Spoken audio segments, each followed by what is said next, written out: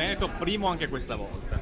Non è mica una novità, primo in tante cose e in tante occasioni. Questa però forse è la più rivoluzionaria per il significato, perché 41.500 veneti passeranno da uno stato di affittuari allo stato di proprietari, diventeranno capitalisti, come si usa dire in termini economici, e perché la Regione del Veneto avrà a disposizione qualcosa come 700 milioni di euro per partire e per iniziare con un nuovo grandissimo piano casa che, se aggiunto alle altre due leggi, quella sugli ampliamenti e la normativa statale che assegna alle giovani coppie per il Veneto una cinquantina di milioni di euro, non ha paragoni in tutta Europa.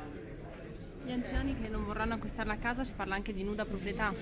Ci sono sempre casi marginali, è ovvio, dopo quando si fa una normativa si si colpisce il centro delle cose, restano fuori alcuni casi marginali. Capisco che un anziano possa non avere il desiderio di comprare, di avere la proprietà della casa. Troveremo le soluzioni, una, quella che è venuta finora, è quella della nuda proprietà, altre si possono individuare, ma sono sempre i casi marginali, resta il dato complessivo che è straordinariamente elevato. Alle Atter che mansioni rimarranno?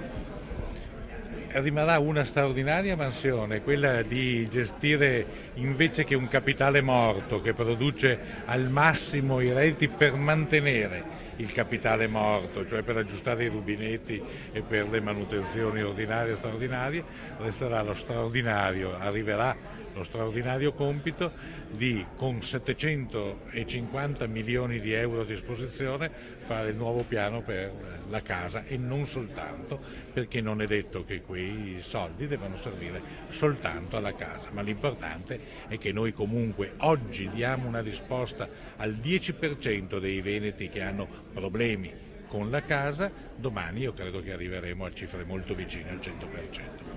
Quelle case da costruire ex novo, oppure magari anche da comprare che sono già sul mercato? Tutti e due i casi, per noi è indifferente, è ovvio, anzi dirò che personalmente preferisco la seconda soluzione: compri qua e là le case, eviti la ghettizzazione, eviti palazzi necessariamente meno belli.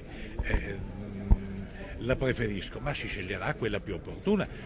Se la tensione abitativa sarà molto alta non lesineremo, avremo la possibilità di non lesinare le nuove abitazioni, e se invece questa sarà più bassa ci rivolgeremo al mercato esistente. Se il mercato esistente ha prodotto anche di più della richiesta attuale, bene, consumeremo, usiamo questo termine, prima quel patrimonio, prima di costruirne di nuovo.